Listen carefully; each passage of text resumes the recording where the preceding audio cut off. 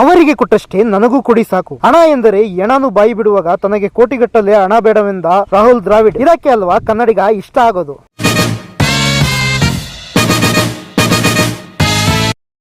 2024ರ ICC T20 ವಿಶ್ವಕಪ್ ಟೂರ್ನಿಯ final ಪಂದ್ಯದಲ್ಲಿ ದಕ್ಷಿಣ ಆಫ್ರಿಕಾ ತಂಡವನ್ನು 7 ರನ್ಗಳಿಂದ ರೋಚಕವಾಗಿ ಮಣಿಸಿ ಕೊನೆಗೂ ಭಾರತ ತಂಡ ಚಾಂಪಿಯನ್ ಆಗಿತ್ತು. ಇದರ ಬೆನ್ನಲ್ಲೇ BCCI ರೋಹಿತ್ ಶರ್ಮಾ ಪಡೆಗೆ ಬರೋಬ್ಬರಿ 125 ಕೋಟಿ ರೂಪಾಯಿಗಳ ನಗದು ಬಹುಮಾನವನ್ನು ಘೋಷಿಸಿತ್ತು. BCCI ಘೋಷಿಸಿದ್ದ 125 ಕೋಟಿ ರೂಪಾಯಿ ನಗದು ಬಹುಮಾನವನ್ನು ಕೇವಲ ಆಟಗಾರರು ಮಾತ್ರವಲ್ಲದೆ ಟೂರ್ನಿಯಲ್ಲಿ ಪಾಲ್ಗೊಂಡಿದ್ದ ಸಹಾಯಕ ಸಿಬ್ಬಂದಿಗಳು ಹಾಗೂ ಇತರೆ ಸಿಬ್ಬಂದಿಗಳು ಒಳಗೊಂಡಂತೆ ಬಹುಮಾನವನ್ನು ಘೋಷಿಸಿತು. ಈ ಬಾರಿಯ ICC T20 ವಿಶ್ವಕಪ್ ಟೂರ್ನಿಯಲ್ಲಿ ಭಾರತದಿಂದ 42 ಮಂದಿ ಪಾಲ್ಗೊಂಡಿದ್ದರು.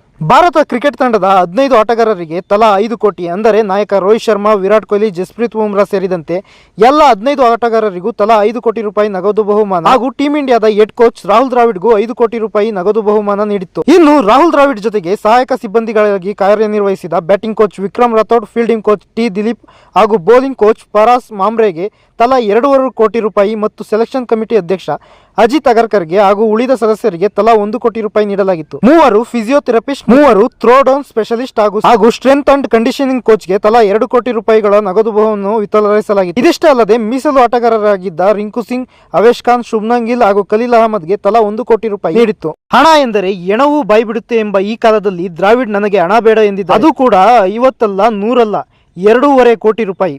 ಹೌದು, ಅವರು ಈ ಹಣ ನಿರಾಕರಿಸುವ ಹಿಂದೆ ಅವರ ಸರಳತೆ ಅಡಗಿದೆ.